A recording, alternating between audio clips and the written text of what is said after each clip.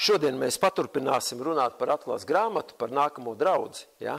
Bet pirms mēs runāsim, es zinu, ka Aina aizpagājušreiz uzdeva, kur tad apmēram atrodās tās draudzes. Ja? Un tad es tādu lielāku, uztaisīju tādu lielāku plāniņu. Ja? Ko? Jā, Mazāzija, bet, teiksim, šodien, kur tas ir, ja? Tā, reku, ja? Un tā ir, redziet, šodien tā ir Turcija. Reku, Stambula, ja? Un tā ir Turcija, ja? Kipra, ja? Te ir Grieķija, šī ir Vidusjūra, ja?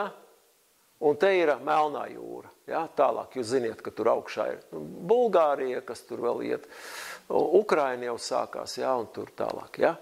Un tātad, reku, šajā te vietiņā, ja? Arī atrodās viss tās 5 draudzes, par ko mēs runājam, ja?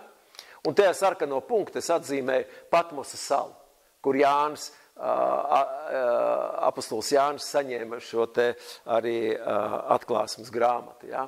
Un apmēram tās kontūras, ja, tagad nākošais slaids būs jau tas veco laiku, ja? Un redziet, to teiksim, Izmira, ja, šodienas Izmira, ja, ir. Un te bija, redziet, kāda? Smirna. Tajā laikā Smirna draudze, ja. Šodien viņi ir Izmira, ja. Tāds nosaukums ir Izmira. Jo šodienas nosaukumi ir savādāki. Teiksim, šodien mēs skatīsimies pa Tiatīru, ja. Šodien, ja tu skaties uz karti, tu redzēsi, ka tā ir Akisāra pilsēta, ja? Vienkārši ar laiku izmainīja viņi tos nosaukums, ja? Un reku ir tā Patmos sala, tā Grieķija, ja? Bija, un reku Mazā Āzija, un reku viņas ir. Efezu mēs skatījām, Smirnu, Pergamu, ja? Un šodien mēs paskatīsimies Tiatīru, ja? Par Tiatīru draudzi. Tad apmēram, lai priekšstats ir, kur tās draudzes, viņas bija fiziskas, reālas draudzes, un tur viņas arī atradās, ja? Tātad labi. Tātad mēs nonākam pie 2. nodaļas, joprojām vēl 2. nodaļas, ja? No 18. līdz 29. pantam. Un tur ir tātad uzruna Tiatīras draudzei. Un es arī viņu visu nolasīšu, un tad mēs paskatīsimies, ja? Kas tas par vēstījumu ir priekš Tiatīras draudzei. Un ko mēs varam paņemt priekš sevis, ja? No šī vēstījuma. Un Tiatīras draudzes eņģelim raksti, tā saka Dieva dēls, kam acis kā uguns liesma, kam kājas līdzīgas mirdzošam varam. Es zinu tavus darbus, tavu mīlestību, tavu ticību un tavu kalpošanu un tavu pastāvību, un ka tavi pēdējie darbi ir lielāki nekā pirmie darbi. Ļoti labi uzslava. Bet man ir pret tevi tās, ka tu ļauj vaļu sievietei Izabelei, kas saucās par pravieti, mācīt un pievilt manus kalpus, piekopt netiklību un ēst elku upurus. Es devu viņai laiku atgriezties, bet viņa negrib atgriezties no savas netiklības. Redzi, es metīšu viņu slimības gultā, un tos, kas ar viņu piekopuši netiklību, lielās bēdās, ja tie neatgriezīsies no viņas darbiem. Viņas bērnus es nonāvēšu. Visas draudzes atzīst, ka es tas esmu, kas pārbauda īkstis un sirdis. Es došu jums katram pēc jūsu darbiem, bet es saku jums visiem, kas esat Tiatīrā, kas neturās pie šīs mācības, kas nav atzinuši sātana dziļumus, kā viņi saka. Tātad neturās pie šīs mācības, ko Izabela māca. Ja? Es neuzvelšu jums nekādas citas nastas, bet kas jums ir, to turiet, kamēr es nākšu. Un tam, kas uzvar, kas dara manus darbus, līdz galam es došu varu par tautām. Un viņš tās ganīs ar dzelzs zizli, kā māla trauks sadauza, kā arī es esmu saņēmis varu no mana tēva. Un es došu viņam rīta zvaigzni, kam ausis, lai dzird, ko gars saka draudzēm. Tātad Tiatīra ir maza pilsētiņa. Tā nav Efeza milzīgā pilsēta. Nē. Tā ir neliela maza pilsētiņa. Bet tai mazai nelielai pilsētiņai mēs redzam, cik garš ir vēstījums, cik liels ir vēstījums. Ja? Tātad neatkarīgi no tā liela pilsēta, lielas problēmas, liela vēsts. Nē, varbūt maza pilsētiņa, ja? Bet arī liels problēmas tajā mazā pilsētiņā varbūt. Ja? Bet Jēzus dod lielu vēstu. Kas tā pa pilsētu Tiatīra? Ļoti interesanti, ja jūs noteikti jūs lasījāt apustuļu darbus, tad apustuļu darbos 16. nodaļā jūs satikāties ar tādu vienu sievieti Lidiju, kas bija arī izšuvēja bagātu sievieti, bija, kas uzņēma. Ja? Un Lidija ir no tās pilsētas Tiatīras, ja? Tad no turienes bija. Tātad ļoti interesanti, ja mēs izlasījām šo vēstījumu Tiatīras draudzei, tad faktiski, ja tā atcerēties, varbūt mājās palasiet vēstījumu arī Efesas draudzei un salīdziniet, bet to mājās izdariet. Ja? Un interesanti ir tas, ka viena no otras varētu mācīties. Kas vienai bija stipra puse, tā otrai bija vāja puse, un kas otrai bija vāja puse, tā kā tai stipra puse, ja? nu otrādi. Ja? Tātad Efeze un Tiatīra, viņas varēja mācīties viena no otras. Un tā apkopojot ļoti ātri, es varu pateikt vienu. Ja? Tātad viena ienīda ļaunumu, bet viņai bija maz mīlestības. Ja? Tātad Efezei. Ja? Un Tiatīrai tātad pieļāva ļaunumu, bet bija ļoti daudz mīlestības. Ja? Interesanti, ja? Tad varētu viena no otras mācīties. Ja? Labi, sāksim atkal ar pirmo daļu. Atcerieties, pirmā daļa vienmēr ir uzslava. Jā, vienmēr Jēzus paslavē no sākuma, jā, iepriecina, saka, Gunār, tu esi malacis, tu tāds un tāds, bet bišķi kaut ko vajag pamainīt, jā, jā. Un tad tu neesi uzreiz, jā, ka tu atnāc pie kungu un kungs uzreiz, tu tāds un tāds un tāds, jā. Un saka, tu esi malacis, tu to dari un tu un papāt, un tad tev, bet kaut kas, jā, nu labi, es pacentīšos izmainīties. Tātad uzslavu. Un uzslavu, tātad 19. pāntā es izlasīšu, ja? Es zinu tavus darbus, tavu mīlestību, tavu ticību. Tātad, pirmkārt, viņš saka, tev ir darbi, tev ir mīlestība, tev ir ticība, tev ir kalpošana, ja? Tev ir pastāvība. Tās visas lietas, ko mēs gribam, un tas viss patīk kungam, šīs lietas, ja? Un interesanti, ka tavi pēdējie darbi ir lielāki pat nekā pirmie darbi. Atcerieties, Efesas draudzē mēs tieši lasījām, ka tieši otrādi, kad pazuda tā mīlestība, atzisa tā mīlestība. Ja? Šeit viņš saka, pēdējie darbi pat vēl lielāki nekā pirmie darbi. Ja? Tātad ir kaut kāds, reāli redzam, ka Tiatīras draudze, viņi mīlēja Jēzu Kristu. Un līdz ar to, ka tu mīli Jēzu Kristu, tavā dzīvē arī vairosies labie darbi. Tāpēc, ka tu gribi būt līdzīgs Jēzum Kristum, un Jēzus Kristus to vien tik darīja, kā darīja labu cilvēkiem. Viņš mācīja, viņš dziedināja, viņš atbrīvo no ļaunajiem gariem, viņš paēdināja. Amen. Un redziet, un tas ir tāpēc, ka Jēzus mīlēja cilvēkus. Un arī mēs, ja mēs kļūstam līdzīgi Jēzum, arī mūsu labie darbi vairosies. Un Tiatīras draudzē tā bija. Viņiem bija daudz mīlestības un bija daudz labu darbu. Un liekas, nu ko tad vēl pārmest? Un ko tad visi te uzskaitītu tādas labas lietas? Bet nē, izrādās, ka bija arī problēmas. Bija arī problēmas. Un arī tādām draudzēm, kam ir daudz labu darbu, kam ir daudz mīlestības, kur ir pacietīgi uzticami, var būt arī problēmas. Ja? Un šeit viņš nosauc problēmu. Un vienu no tādām problēmām 20. pantu es nolasīšu. Ja? Bet man ir pret tevi tas, un to Jēsaka, man pret tevi ir tas. Tas nozīmē, kad Jēzus ir strikti pret kaut kādu lietu, kas viņam ļoti nav patīkami. Kad tu ļauj vaļu sievietei Izabelei, kas saucās par pravieti, mācīt. Vai sieviete, tad pagad, mēs paņemsim tagad doktrīnu, ka sievietes nedrīkst vispār mācīt. Zaiga, aizmirsti. Es tev vairs nedošu laiku te dalīties. Nē, protams, ka nē. Ne par to, ja es runā. Mēs vēlāk redzēsim, kāpēc viņš tieši nosauc vārdu Izabele. Ja? Un tagad ir pats tāds iedziens, kā Izabeles gars. Ja? Tas nenozīmē, ka tikai sievietēm. Tā Izabeles garam arī vīrieši pakļauti. Arī vīrieši pakļauti. Ja? Tātad, jā, un te viņš konkrēti saka, ja, kas saucās par pravieti, mācīt un pievilt manus kalpus.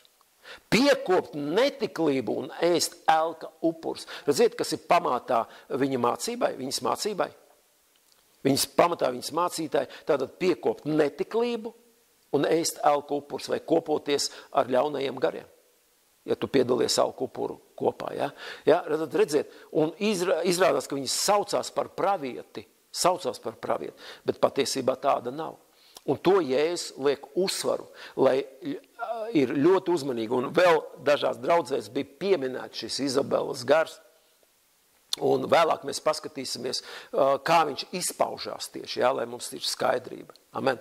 Tātad parādās Tiatīras draudzē kāda lieta, kuru Jēzus Kristus ienīst. Viņš ne tikai ir tāds, labāk nebūtu, ja jūs to darītu. Viņš ļoti strikti iestājos pret to. Tas nozīmē, ka viņš ienīst šo lietu.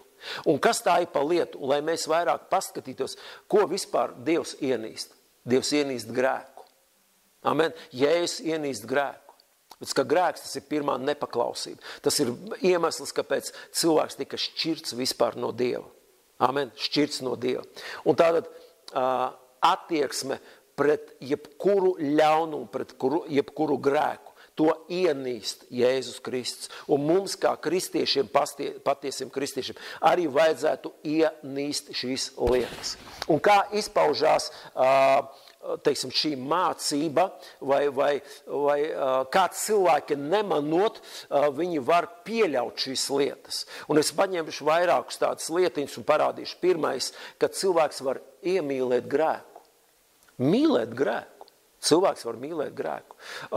Un es nerunāju par neticīgiem cilvēkiem. Mēs netiesājam neticīgos cilvēkus. Kāda mums daļa gar neticīgiem, kungs ar viņiem tiks galā.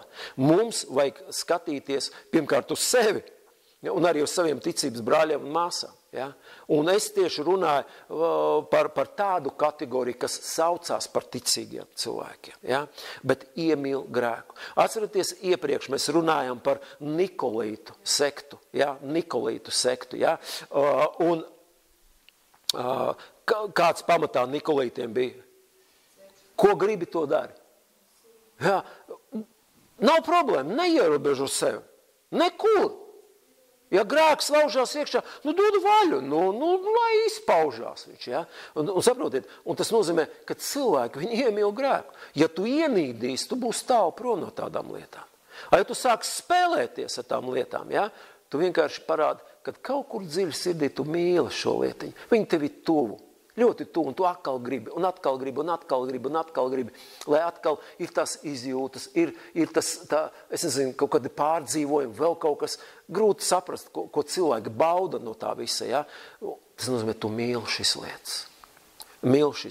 Vēl viena lieta bija, par ko Jēzus arī pirms tam runāja, atcerieties, par Balāma skolotājiem. Ja? Un kā tur izpaužās, ja? Ka tu neesi tik strikts, neesi tik radikāls. Esi tāds visu ietilpoši, ja? Visu pieņemoši. Ja? Neesi tik krāss pret viņiem. Ja viņi grēko, viņi paši atbildēs par to. Mēs nerunājam par pasaulīgiem cilvēkiem. Tie, kas grēkoja draudzē, Pāvils ļoti strikti iestājās. Un tur mēs nedrīkstam pievērt acis, dzirdiet? Protams, ja cilvēks atnāk no pasaules, kamēr viņš vēl nav neiegāja tajā izmaiņu procesā, nav izsūdzējis, nav nožēlojis grēks, nav atgriezies no grēkiem, mēs esam pieņemoši, mēs palīdzam viņam. Bet ja viņš jau dzīvo laiku un dzīvo grēkā, tad mums vajag strikti vai pastāvēt pret to. Kāpēc? Ne tāpēc, ka mēs ienīstam to cilvēku, mēs ienīstam grēku, kurš valda par to cilvēku. Amen. Un trešā tāda lieta, ja, kas iemīlēs arī grēku, tie ir arī šīs Izabeles skolotāji. Jo viņai ir savi pēcnācēji, savi sekotāji, savi skolotāji. Ja. Un arī šī lieta, ko viņa mācīs, mēs vēlāk paskatīsimies. Ja. Arī tas norāda uz to, kad mīl šo grēku. Ja. Kas bija Izabela? Izabela bija Izraela ķēniņa Ahaba sieva. Un ja mēs lasām 1. ķēniņa grāmatā 16. nodaļā, mēs redzēsim, ka Ahabs paņēma viņu no sidoniešu tautas. Tā ir pagāna tauta.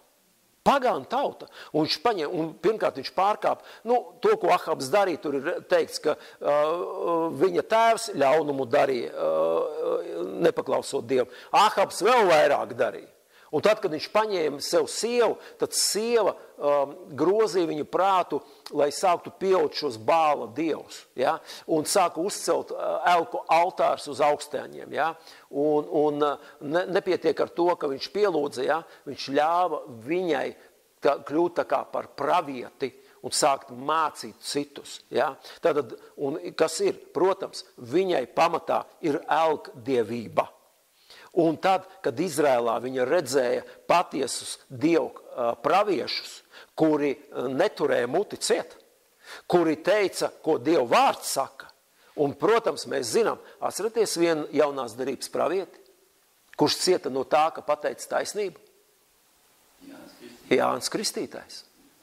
Aizrādīja ķēniņam, Herodam, galva bija nost. Ja? Redziet, un tā laika pravieši arī viņu teica, un Izabelei tas ļoti nepatika, jo viņa ne tikai bija ķēniņa sieva, bet viņa sevi iedomājusies pravieti, viņa bija kaut kas, un viņa reāli fiziski galināja nost Dievu praviešus. Viņa galināja nost Dievu praviešus. Atcerieties šo situāciju ar pravieti Eliju, kad bija bats. Un Dievs teica, ka es rādīšu savu godību. Un tad viņš lika uzcelt divus altārus. Vienu uzcēla Bāla priesteri, kas bija pakļauti Izabelei, tas Ahab laikā. Ja? Un viņš uzcēla savu altāru. Un tad nebija ūdens, ļoti sausums bija. Ja? Ūdens bija zelta deficīts. Un viņš lika visu to ūdeni, kas bija Izrēlam, saliet uz to altāru. Ja? Un tad gaidīja, kad atnāks uguns. Un tie tur sevi graiza ar nažiem, dejo visu dienu, nekā nav. Un Elija pat bišķi tā kā pasmējās, ka laikam uz poda jūs Dievs sēž, nedzird jūs aizņemts ir pārāk. Jā, tā oriģinālā tā ir, jā, uz toaleti aizgājis. Jā. Un tad, kad viņš pateicās Dievam, nāca uguns un aprija visu altāri, akmeņus, ūdeni, visu aprija. Jā. Un kas notika? Turpat uz vietas viņš nogalināja visus tos Bāla priesterus. Un tad, kad Izabela izdzirdēja to, viņa teica, es nogalināšu Eliju. Un atcerieties, ka Elija muka prom. Viņš muka prom. Alā, kur Dievam vajadzēja ar viņu satikties. Ja? Bet tiešām viņš baidījās no viņas. Viņai bija liela vara. Liela, milzīga vara. Un tātad viņa bija tā, kas nogalināja. Un ir interesanti, kad viņas mācību dēļ kristieši, kristieši, šodien mēs esam kristieši, tā laika nebija vārds kristieši, bet bija izredzēta tauta, ebreji, ja? Ebreji bija. Viņi sāka dzīvot pasaulīgu dzīvesveidu, sāka piekopt pasaulīgu dzīvesveidu, tāpēc, ka viņiem teica, ka tas viss ir normāli, ka tā arī vajag. Un ja tu pārāk esi radikāls, tad, klausies, tu vari pazaudēt galvu. Ja? Un, protams, daudzi padevās tam visam. Un tā ir tā Izabelas tā mācība, ja? Ka tu vari neturēt Dievu baušļus, ka tu vari arī, kas ir Bālu priesteri, jo augstienes bija ļoti daudz tur, ja? Un ne tikai bija templis, kur upurēja Dievam, un kur varēja ņemt gaļu un ēst, tā bija svētīta, ja? Bet tu varēji iet uz visiem tiem augsteņiem un ēst arī to visu gaļu, kas bija upurēta elkiem. Ja? Un redziet, un tādā veidā viņi pārkāpa likumu, pārkāpa bauslību, un Dieva dusmība bija. Ja? Bet viņa to visu piekopa. Tātad viņa dēvēja sev par pravieti. Un interesanti, ka tur ir teikts, ka mācīja pat sātana dziļumus. Atcerieties, ka mēs lasījām, ja, pirms tam, ka jūs neesat padevušies un neesat klausījuši sātana dziļumiem, mācībām. Ja? Tātad viņa ne tikai bija vienkārši, viņa bija augsta ranga okultiste. Un viņa mācīja sātana dziļumus. Tas nav bērndārza līmenis. Ziniet, kādi citreiz tie zilnieki, vēl kaut kādi tur pušļotāji, ja? Pat zilās kalna Marta, tā salīdzinot ar to, tas ir bērnu spēlītes. Ja? Tur ir kaut kas nopietnas. Ja? Un viņa tāda bija. Un ja es tāpēc saku, es ienīstu šo mācību. Ja, es ienīstu šo mācību. Un tāpēc ļoti bargs bija tas, viņai tas spriedums. Un ja jūs vēlāk lasiet arī ķēniņa grāmatu, jūs redzat, ka tas arī precīzi tā arī piepildījās. Jā, kad viņi suņēda, jā, viņi bija nogalināti un suņi plosīja viņu un ēda, un viņas bērni bija nogalināti. Jā. Un, protams, tas bija vecajā derībā, bet tagad viņš saka par jauno derību. Un viņš nerunā par fizisku Izabeli, ka tā jau, nezinu, cik tur gandrīz 1000 gadu atpakaļ jau bija mirusi, jā, bet viņš runā par sekotājiem. Viņš runā par tiem, kas piekop šo Izabeles mācību, kurš ir pakļauts šī Izabeles garam. Un tātad mums ļoti svarīgi pārbaudīt katru pravietojumu, jo šodien, ja mēs dzirdam, ka atbrauc pravietis, varbūt šodien jau ir pagājuši tie laiki, bet kādreiz brauc pravietis, un mēs pat nepārbaudam neko, Dieva vīrs, to, ko viņš saka, viss ir jauna āmen, 100%. Kāpēc? Visu ir jāpārbauda. Mēs bijām jauni, zaļi, neko nebaudījām, un daudzi cietuši. Tāpēc, ka ne visi, kas saucās par praviešiem, brauc pie mums un bija pravieši patiesi. Visādi bija. Visi, kas varbūt kādi taisīja sev, labi, Dievs ir tiesnesis, ne es, ja? Un tāpēc mums ir jābūt ļoti uzmanīgiem. Un ja tu dzirdi kādi pravietojumi, ja, tad lūdzu pārbaudi viņu ar Dievu vārdu. Lai tu zini Dievu vārdu, pārbaudi, izej cauri Dievu vārdam, vai tas atbilst to, ko tu dzirdi. Jo var gadīties, ka pravieši var maldināt mūs un ievest kaut kādās nepareizās lietās. Amen. Tātad viss ir jāpārbauda saskaņā ar Dievu vārdu. Amen. Kāpēc cilvēki vispār pieļauj grēku? Pirmkārt, protams, viņi mīl grēku, ja? Bet kāpēc viņi pieļauj? Un dažādi iemesli, ja? Pirmkārt, cilvēks iemīl iet, ziniet par ko? Pa platu ceļu. Viņam grūti iet pa šauru ceļu. Viņš negrib caur grūtībām iet, viņš negrib cīnīties vēl kaut ko. Ir tik viegli iet platu ceļu, nepiepūlēties, un kā citreiz, zināt, pa straumi plūst, pa straumi. Viņš saka, ka dzīva zivs neplūst pa straumi, viņa vienmēr peld pret straumi. Beigta zivs pa straumi peld, jo viņa nepratojās straumē. Amen. Redziet, un tas ir, ja, kāpēc cilvēks var pieļaut grēku? Viņš vienkārši izvēlās vieglāku ceļu, izvēlās iet pa tādu platu ceļu. Vienu rakstvietu, Mateja evaņģēlija 10. nodaļā nolasīšu. Mateja evaņģēlijas 10. nodaļa, no 37. panta izlasīšu. Ļoti radikāli Jēzus Kristus vārdi, ļoti radikāli. Un ja tev nav svētā gara saprašana, var pārprast par to visu. Bet ja es tieši runā par to, kādu ceļu mēs izvēlēsimies, ko mēs izvēlēsimies, kas tēvu vai māti vairāk mīl nekā mani, tas manis nav vērts. Vai nav radikāli? Ļoti radikāli. Īpaši pie šodienas tās humānās tādas domāšanas. Ļoti. To ko? Mans tēvs, mana māte, man dzīvību deva, par mani rūpējās, un kā man viņas nav jāmīl. Ja es jau nerunāju par mīlestību par to. Viņš runā, ko tu izvēlies. Viņš neteica, necieni viņus, aizmirsti viņus, par to viņš neteica. Bet kas ir prioritāte? Ja? Un šeit viņš saka, tas manis nav vērts, un kas dēlu vai meitu vairāk mīl nekā mani, tas manis nav vērts. Mīļie, tas ir šaurs ceļš. Mēs varam viegli izlasīt, bet patiešām cik tas ir svarīgi. Un to Jēzus mums saka. Un kas savu krustu neuzņemas un man nesako, tas manis nav vērts. Kas savu dzīvību manto, tas to zaudē. Cik radikāli. Vispār, ja? Bet kas savu dzīvību zaudē, manis dēļ, tas to iemanto. Amen. Un tas ir šis šaurais ceļš, par kuru viņš saka, ka mums ir jāiet. Amen. Otra lieta. Mīl ne tikai platu ceļu, bet, ziniet, var iemīlēt vēl vienu lietiņu. Kas mums visiem ir vajadzīga? Naudiņa. Mums visiem vajag naudu, pareizi. Citi strādā, citi jau pensiju pelna, varbūt citi dārziņā kaut ko stāda, lai pārdot un iegūt naudiņu. Jo Bībelē teica, par visu atbild sudrabs. Amen, par visu atbild sudrabs. Un tātad, bet neiet jau runa par to, nauda nav ļauna, mankārība ir ļauna. Un ko nozīmē iemīl naudu? Tas nozīmē, ka pieļauj. Viņi var pieļaut melus, viņi var pieļaut krāpšanos, viņi var pieļaut nodevību, viņi var pieļaut zādzību un var pieļaut pat aiziet līdz pat slepkavībai, lai iegūtu naudu. Lai iegūtu naudu. Un tas ir bīstams stāvoklis. Un tu teiksi, nu jā, tie ir taču pasaulīgi cilvēki, kur te kristiešiem tādas lietas jau nenotiek. Mēs zinām ļoti labu stāstu jaunai draudzēji. Atcerieties, pats sākums 5. nodaļā apostoļu darbos. Ananija un Sapfīra. Kas notika? Iemīlēja naudu.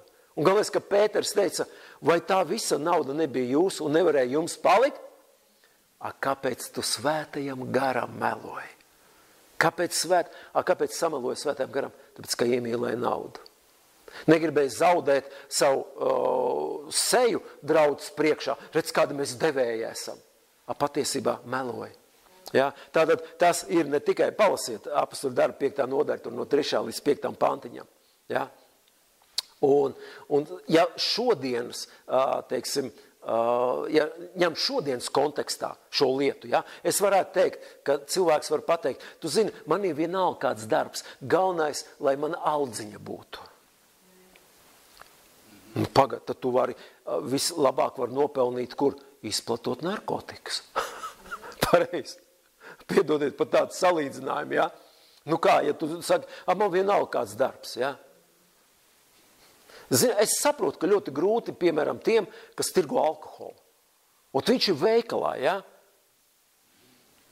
Ir cits jautājums, ja tu esi pārtiks veikalā un tur pats stāv arī alkohols, cilvēks nopērk maizīt un kāds nopērk arī alkoholu, ja? Man grūti to saprast, es nevienu netiesāju, bet cits jautājums, ja tu aizēji strādāt uz tīra alkohola veikalu, būdams kristietis.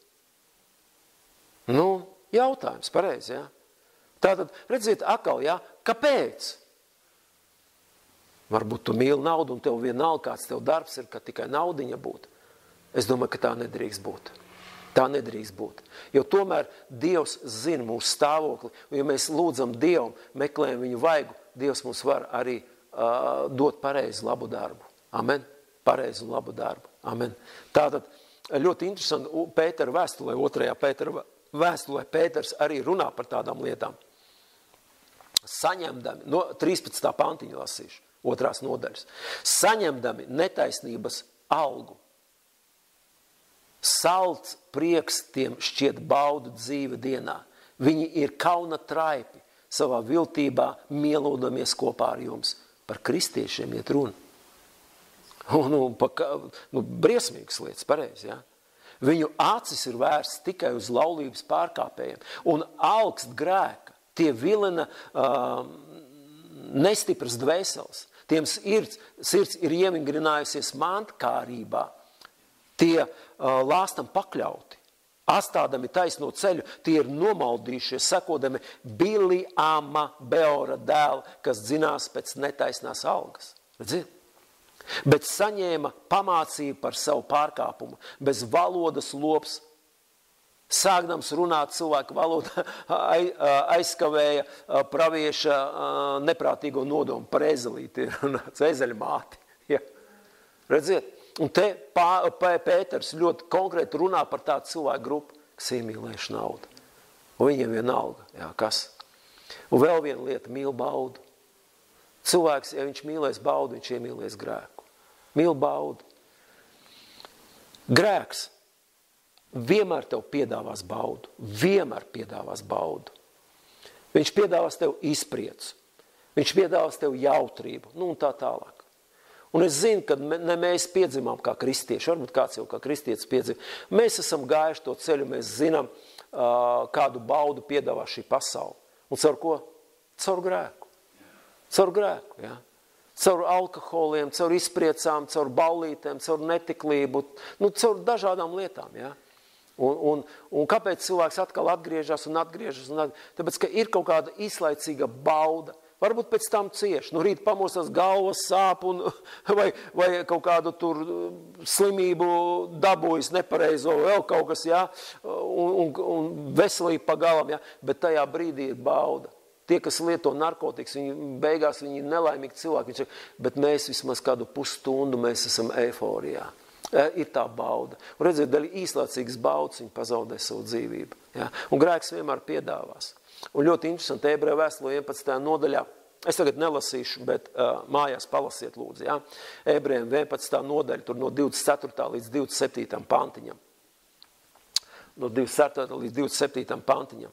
Starp citu, es parādīju to Teatīru, kur viņi ir. Nu, protams, drupas, jā, tur jau jaunā pilsēta uzcelta, bet kur ir tās drupas, tā ir tā vecā, vēl vecā, jā, Teatīra, jā.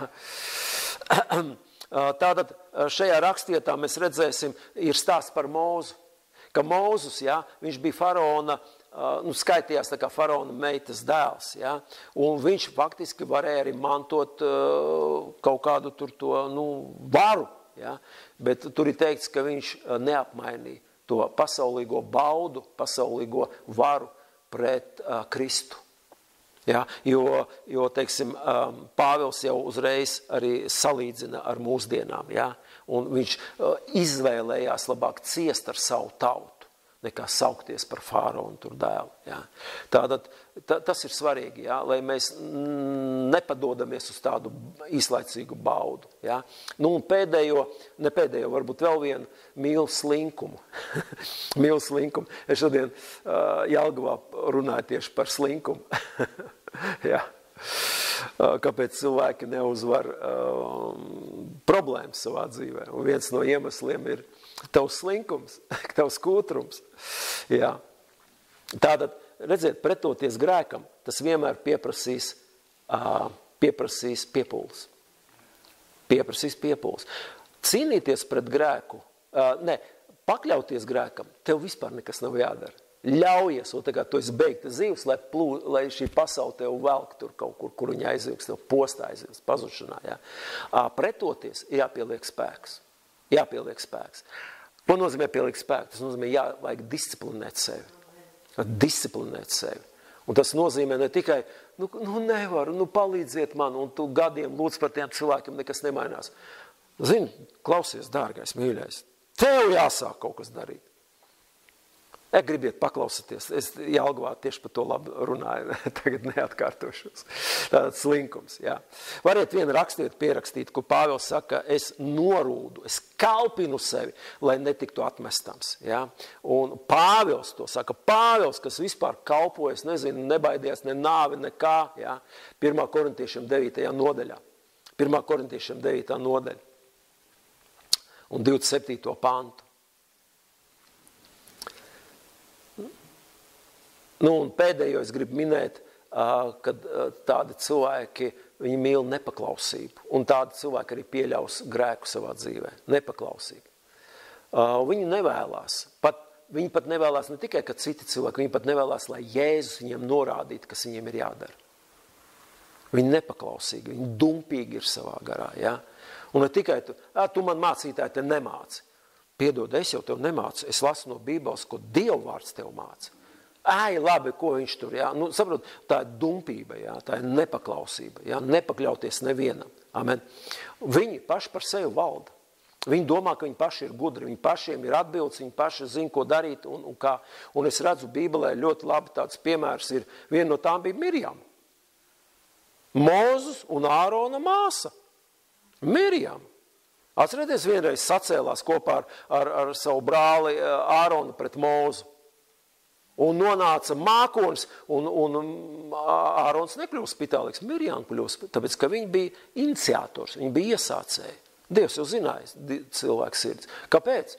Redziet, tāda nepaklausīga bija. Protams, pēc tam saprata savu vainu, nožēlo, un pēc tam, paldies Dievam, viss bija kārtībā. Ja? Un labi, pēc Mirjamas mēs redzam, ka nāca Korahs, un tur 250 vēl bija drauds vecē, ja, kas atkal sacēlās un nepaklausīja. Un atcerieties, zeme pavērās un aprīja viņus visus tur. Ja. Tātad nepaklausība mūs dara par vergiem, grēka vergiem, par grēka vergiem. Amen. Labi, te ir man daudz rakstvietas, mēs viņas labi nelasīsim. Tātad tikai nedaudzi cilvēki šajā Teatīras draudzē, viņi nepiedalījās visos, jo tur ir teikts nedaudzi tie, kuri nepiedalījās visās tajās mācībās, ko Izabela tur mācīja, jā, tālāk, jā. Es neuzlikšu viņiem vairāk, bet turaties līdz galam. Tātad ne visi visa draudze pievienojas. Bija daļa, kas nepiedalījās tajā visā. Kas ir ar pārējiem? Un tikai neliela daļa no tās draudzes bija šīs Izabeles mācības sekotāji. Jo citādi nebūtu tāda uzslava. Ja visa draudze tik maza čupiņa tur būtu tādi svēti, ja, un pārējie visi būtu tie pagāni, ja, un elku pielūdzē, tad, ja es neteiktu to uzslavu, kas bija pirms tā, tas nozīmē, ka bija neliela daļa, kas nepiedalījās, kas nošķīrās no tādas lietas, un nebija liela, maza daļa, kas piedalījās tajā elku kalpošanā un visā tā. Kas ar pārējiem? Un problēma bija pārējiem, ka viņi klusītiņām pieļāva šīs lietas. Viņi paši nepiedalījās, bet viņi arī neiestājās pret to visu. Saprotiet? Un es zinu, ka draudzēs tā ir citreiz problēma. Kad gandrīz ir mācītājs tikai tas, kas cīnās par svētu dzīvi, kad tikai mācītājs cīnās par taisnību, par patiesību, par Dievu vārda tīrību draudzē, pārējie, kad dzird kaut kur aizkulisēs vai kad beidzās dievkalpojums, kad sāk tur aprunāt citu, sāk tur nepareizas lietas, kaut kāds vēl kaut ko, un tad klusē un neko. Un tas nozīmē, ka tu esi klusais līdzdalībnieks. Un daļa tādi bija tur. Bija daļa tādi, kas neiestājās pret. Viņi vienkārši klusēja un ļauj tādām lietām notikt. Neko nedarīja, necentās apturēt. Un, ziniet, tas ir ļoti bīstams stāvoklis. Es Bībelē atrodu vienu tādu arī stāstu par Ēļa. Bija tāds priesteris Ēļa. Ne Elija, ne pravietis, bet Ēļa. Un viņam bija 2 dēli. Hofmans un Pinehas. Un viņi kalpoja Dievu namā. Un ļoti interesanti, ka Ēļa tēvs, viņš zināja, ko tie dēli dara, bet viņš atļāva šiem dēliem apgānīt Dieva namu. Viņš bija priesteris, viņš bija atbildīgs. Un viņš zināja, ko šie dēli dara. Un viņš neko nedarīja. Viņš pieļāva. Un es izlasīšu ļoti spēcīgs, tā rakstiet. 1. Samuela grāmatā, 1. Samuela 2. nodaļā. 1. Samuela 2. nodaļa, no 22. un 29. tikai pantiņu izlasīšu. Bet mājās jūs izlasiet visu šo stāstiņu. Ļoti interesants stāsts, pamācoši. Tas aizbraucis. Ēlis gan bija jau ļoti vecs, bet viņš dzirdēja visu, ko viņa dēli darīja visam Izrēlam, un kā tie gulēja ar tām sievām, kuras kalpoja saiešanas telts durvju priekšā. Tas vispār briesmīgi, ja? Un 29. Un tur vairāk jūs palasīsiet, kā viņi nepareizi rīkojās, ka to upuru gaļa viņiem atnes, kā viņi tur dalīja to visu, un tā šausmīgi. Viss pret Dievu vārdu bija. Un Ēlis visu to redzēja, un viņš visu to dzirdēja. Ja? Un 29. pantā mēs redzam secinājums vai verdikts, ko Dievs izteica Ēlim.